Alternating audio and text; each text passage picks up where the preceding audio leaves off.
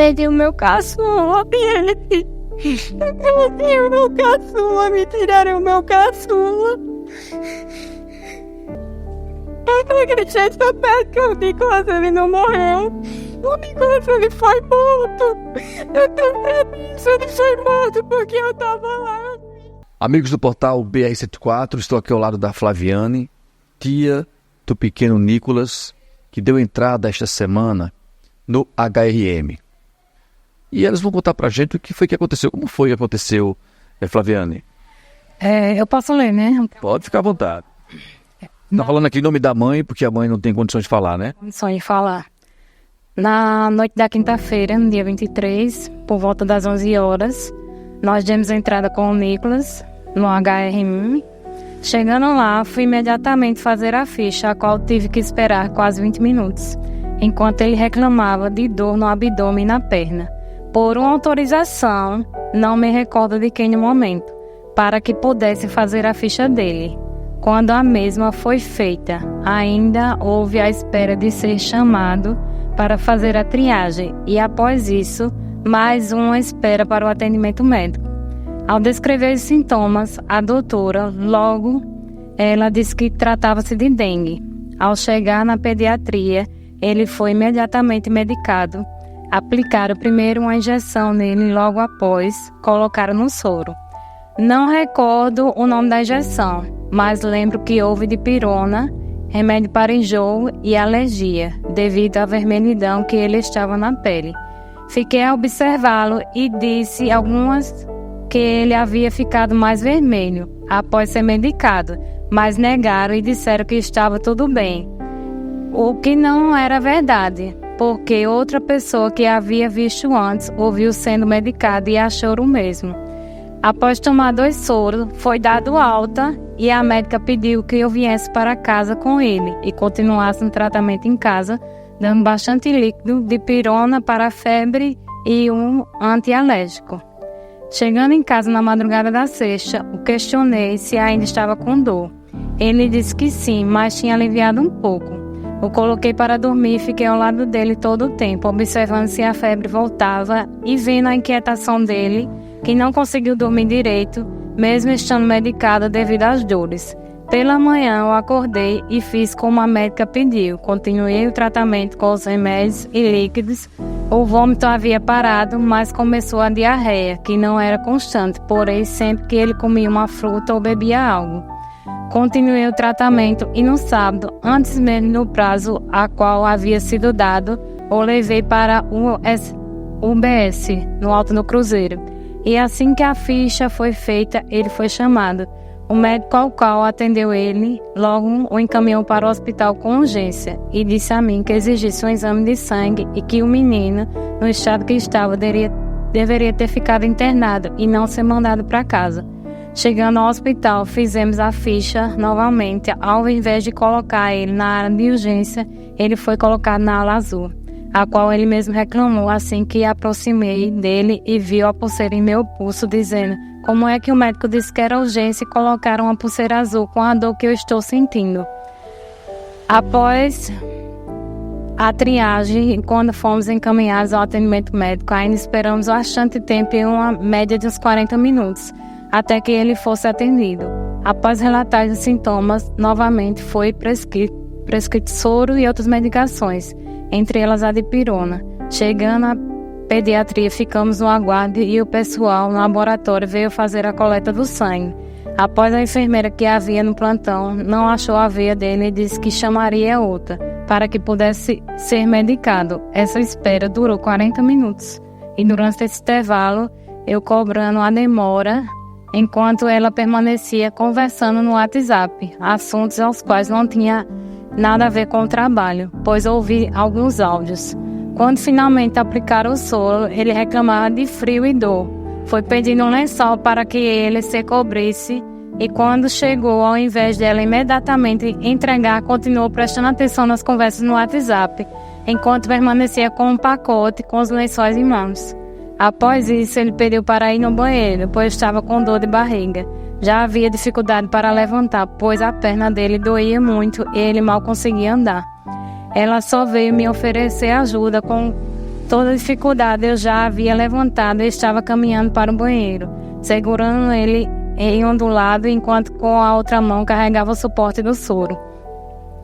Nicholas não conseguia comer devido às dores, e quando bebia água, suco ou qualquer outro líquido, tinha de ser aos poucos, pois a dor abdominal tornava-se insuportável quando ocorria, fora os enjoos. Após o banho dele, que teve que dar na cama, pois ele já não estava mais conseguindo se manter em pé, foi pedido pelo enfermeiro a mim que sempre que ele fizesse xixi, observasse quantos ml o horário anotasse.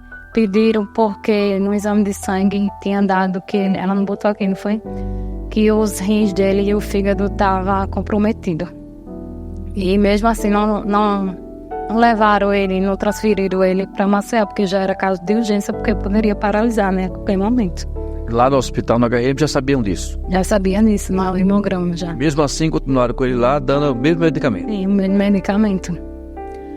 Aí, após o pedido, não colocaram nenhum soro nele, nem sequer foram perguntar se em quanto tempo ele estava fazendo xixi. Pediram para ela anotar, mas não foram procurar saber. Não foi, Ingrid?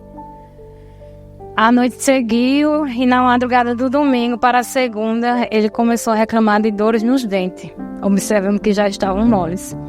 Eu sempre ficava olhando antes mesmo dele reclamar se havia sangramento ou não. Também observando a língua e a garganta, as quais ele reclamava bastante que estavam doendo e ardendo, pois estavam brancos e feridas, e ele estava com dificuldade de se alimentar. A minha irmã que estava observando a boca dele, os dentes, a garganta, que estava todo feridinho, todo branquinho, e os dentes já estavam mole, já dando sinais de hemorragia, a dor do abdômen dele, que ele reclamava de muita dor forte. Eu procurei saber, já era que estava dando hemorragia nele. Da perninha também, que já estava com uma ronchinha atrás, era que estava dando a trombose pulmonar. E nada disso eles... Sua irmã que estava dando toda a assistência, né? Que é a mãe dele, né? Essa que era a mãe dele, estava vendo os batimentos, como era que estava, tudo, não foi, Ingrid? Não vou conseguir ler mais nada. Aí foi no domingo que fizeram o exame de plaquetas, foi? Foi no sábado. No sábado à tarde. Minha mãe escreveu aqui que quando ele subiu para o internamento, ele continuou sendo medicado, só que as dores só aumentavam. Daí, diversas vezes ela pediu o exame de ultrassom, tomografia, até um raio-x, devido à queixa de dor intensa dele, né? Na perna direita, os enfermeiros que estavam de plantão. Alguns deles falaram com a médica sobre isso e ela foi diretamente. E a médica disse que não havia necessidade nenhuma de exame. Que isso mesmo sem ter visto o menino desde que ele havia subido para o internamento. E ela, logo que foi para o quarto, a médica, ela não priorizou ele. Ele sentindo dor, ela não priorizou, mesmo vendo ele gemer de dor. E quando ela se aproximou dele para tocar na perna dele, ele gritou, porque ele já estava com trombose, né? Provavelmente. O nome dessa médica? A gente não sabe. Eu queria revelar por conta que a gente não vai conseguir processar pelo procedimento, né? Porque eu que fui reconhecer o corpo dele, vi ele todo, o rosto todo machucado, nos procedimentos que tentaram fazer em últimas horas, que já não adiantou mais. Aí a gente não vai querer processar o hospital, não. Eu só quero dar entrevista para alertar, para não acontecer com outras famílias, como já aconteceu. Aconteceu várias vezes. Várias vezes. Aí a gente não quer, porque se chegar ao ponto de ter que desenterrar ele para fazer um exame, a gente não quer, porque eu não deixei ele ir para o ML, porque já não adiantava de nada. Flaviane. E para minha irmã, foi no domingo, não foi que eu falei com ela? Pedi para ela pedir uma tomografia, ressonância, um raio-x, qualquer coisa, para saber, porque como é que disse que no hemograma ele estava com os rins e o fígado comprometido e não faz outro tipo de exame para saber mais profundo. Porque quem sabe que eu tinha problema no fígado. E eu fiz várias e ele já estava dando um sinal, já que já estava com hemorragia, não fizeram nada. Aí quando ela fez os da plaqueta também, foi no domingo ou foi no sábado? No sábado, deu 20 mil, se as plaquetas estavam baixas. Por que não transferiram esse menino para fazer um transplante de sangue? Resolveram isso na segunda-feira de manhã e pediram no meio-dia, não foi? No meio-dia, até hoje a gente tá esperando esse banco de sangue chegar. O menino morreu 4 horas da tarde e o sangue não chegou. Isso, ele entrou no HIM na quinta-feira, né? Voltou para casa, depois voltou novamente, foi pro posto de saúde. VS, daí... Ele já desceu na ambulância, que o médico viu que ele estava grávido. Não deixaram nem ele ir no carro do meu pai. Ele já desceu na ambulância. E fora o que não sai da minha cabeça, que eu já perguntei, já me informei, ele tomou 2 doses de tramal. Como é que uma pessoa, mesmo que seja com suspeita, porque não fizeram o exame da dengue, né?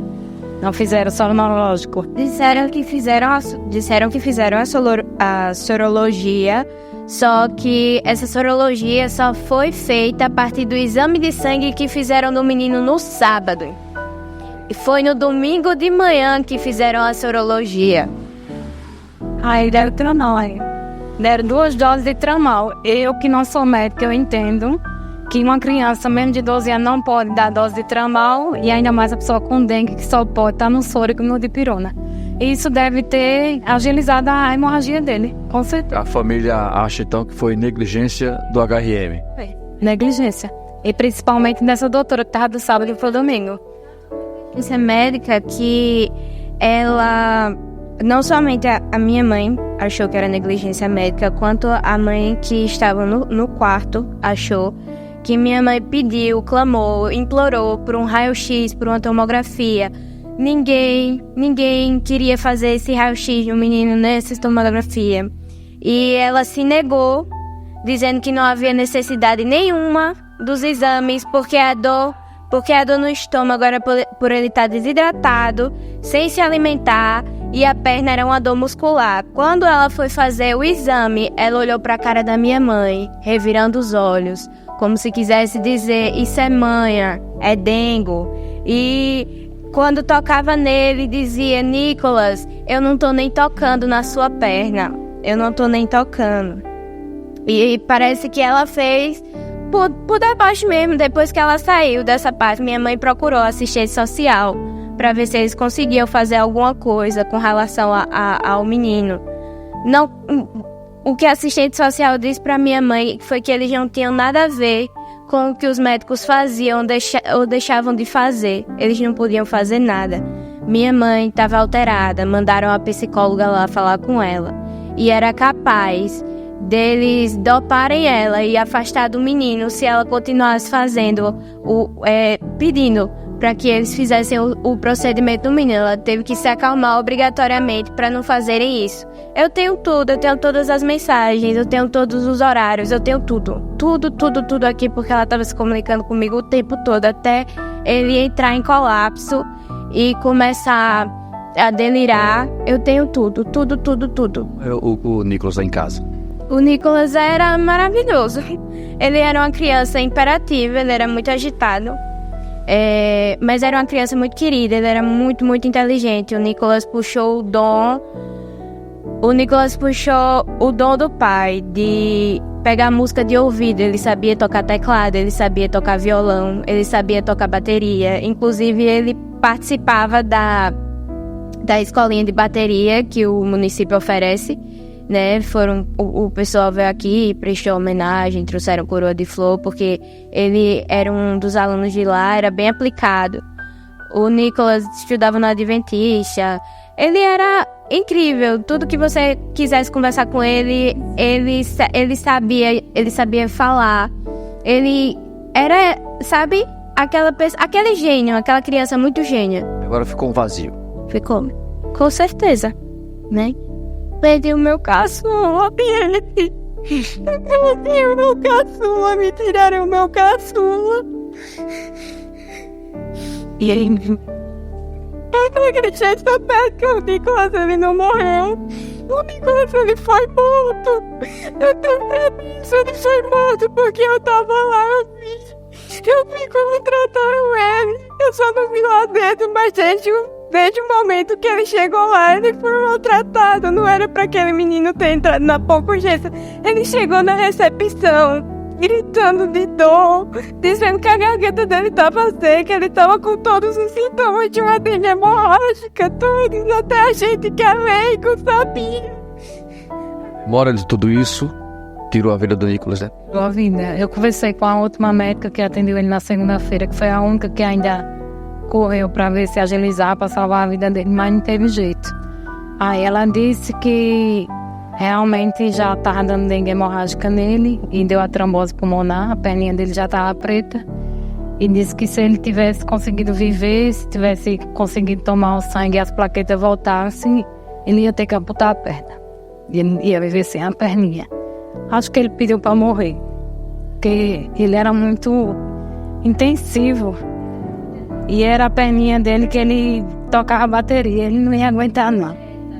Quer dizer que então que o Nicolas, menino muito esperto, né, mas infelizmente vocês estão falando aí que teve a vida interrompida devido à negligência do hospital. Isso. Completamente, foi negligência. Eu tava lá na quinta, a gente ficou até as 3 da manhã. Ele já chegou com a dor na barriga, com vômito. Ele tinha vomitado mais de 10 vezes na quinta-feira. Vômito constante, já era. E a dor na barriga muito grande que a gente achou. Ele chegou todo vermelho lá. Ele chegou completamente vermelho quando eles entraram, que ainda tiveram que pedir autorização de algo. Pra que pedir autorização se viu que a criança tava... Isso, ele tava muito vermelho, muito vermelho. E quando ele começou a tomar a medicação, minha mãe questionou, né? Isso na quinta-feira, quando ele foi na madrugada da quinta pra sexta. A madrugada da sexta, né? Da quinta pra sexta. Minha mãe questionou ao pessoal que tava lá, né? Os profissionais de saúde, por que ele tá ficando mais vermelho? Porque um outro profissional de saúde olhou pra ele e disse que ele tava mais vermelho quando tava aplicando a medicação. E minha mãe percebeu também. Só que quem tava atendendo ele disse que não tava não, que era a impressão dela. Inclusive, a médica no sábado, o menino já estava com a roncha na perna, porque já tinha dado trombose nele. A médica fingiu não ver a roncha, querendo, acho que passar minha mãe de louca, entendeu? Então, isso tudo foi um conjunto de coisas e mais, porque a gente não tá conseguindo falar realmente aqui. Mas minha mãe contou tudo no relato, a gente não consegue ler porque é um relato muito forte. Infelizmente, a gente não tá em condições de ler isso não. Mas ele passou por um momento de dor muito grande. Torturaram ele o tempo todo. Aquilo foi tortura, porque o menino estava claramente com dengue hemorrágica e ninguém fez nada. Queriam trazer o banco de sangue para cá ao invés de levar o menino direto para Maceió. Isso não existe. Era para ter enviado ele, era para ter internado ele numa UTI a partir da quinta-feira, porque ele chegou lá com todos os sintomas de dengue hemorrágica, ele chegou lá. Procurei saber com um médico conhecido meu, ele disse que na quinta já era para ele ter ficado na ala vermelha, porque como ele apresentava já muito vômito constante e dor abdominal e já estava com dor na perna, era para ele ter ficado na ala vermelha. Já da quinta não era para ter mandado ele para casa.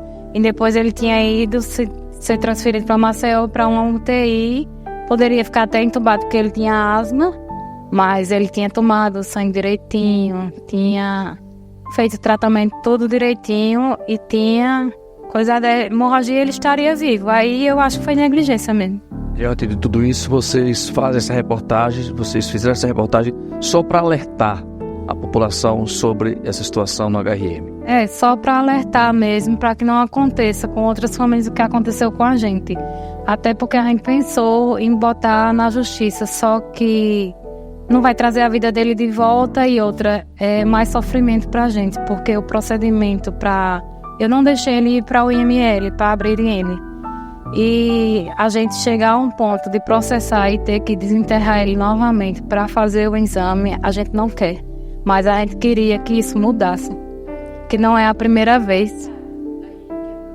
Estado, a gente quer providência do Ministério Público, porque não existe o que está acontecendo, não existe. Infelizmente foi o da gente, mas podia ser qualquer outra criança, E pode acontecer milhões de vezes igual está acontecendo. Não é à toa que o hospital é chamado de matador humano, porque não existe o que acontece aqui. É muito negligente, muito negligente. Eu soube de uma prima de uma mulher, que eu não sei o nome, que tá com uma semana que ela morreu da mesma maneira do Nicolas, e aí também, com dengue hemorrágica. E não nada por ela. Pois é, gente, mais uma denúncia do hospital